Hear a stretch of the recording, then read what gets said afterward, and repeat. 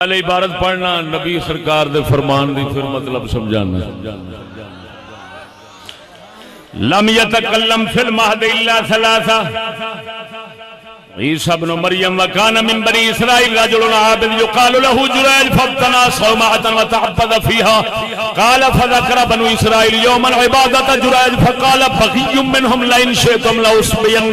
لأصبينه فقالوا قد شئنا قال فاتت فتعرضت له فلم يلتفت إليها فأمكنت نفسها من راع كان يأوي غنمه إلى أصل صومعة جريج فحملت فولدت غلاما فقالوا ممن قالت من جريج فاتوا فاستنزلوه فشتموه وضربوه وهدموا صومعته فقال ما شأنكم قالوا إنك زنيت بهذه البغي فولدت غلاما قال وأين هو قالوا ما ها هو ذا قال فقام فصلى ودعا ثم انصرف إلى الغلام فطعنه بإصبعه وقال بالله يا غلام من أبوك قال أنا ابن الراعي فوثبوا إلى جريج فجعلوا يقبلونه وقالوا نبني صومعتك من ذهب قال لا حاجة لي فيه في ذلك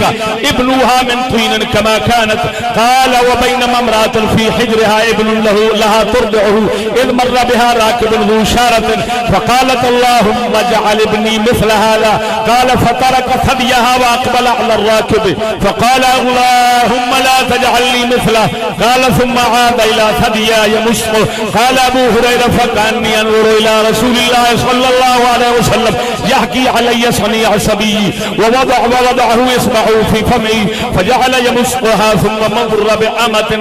تضرب فقالت اللهم لا تجعل ابني مثلها قال فترك ثديها وأقبل على الأمة فقال اللهم اجعلني مثلها وقال فذلك حين تراجع الحديث فقالت حلقا مر الراكب ذو الشارة فقلت اللهم اجعل ابني مثله فقلت اللهم لا تجعلني مثله ومر بهذه الأمة فقلت اللهم لا تجعل ابني مثلها فقلت اللهم اجعلني مثلها فقال يا أمتا إن الراكب ذو الشارة جبار من الجبابرة وإن هذه الأمة يقولون زنت ولم تزني وسرقت ولم تسرق وهي تقول حسبي الله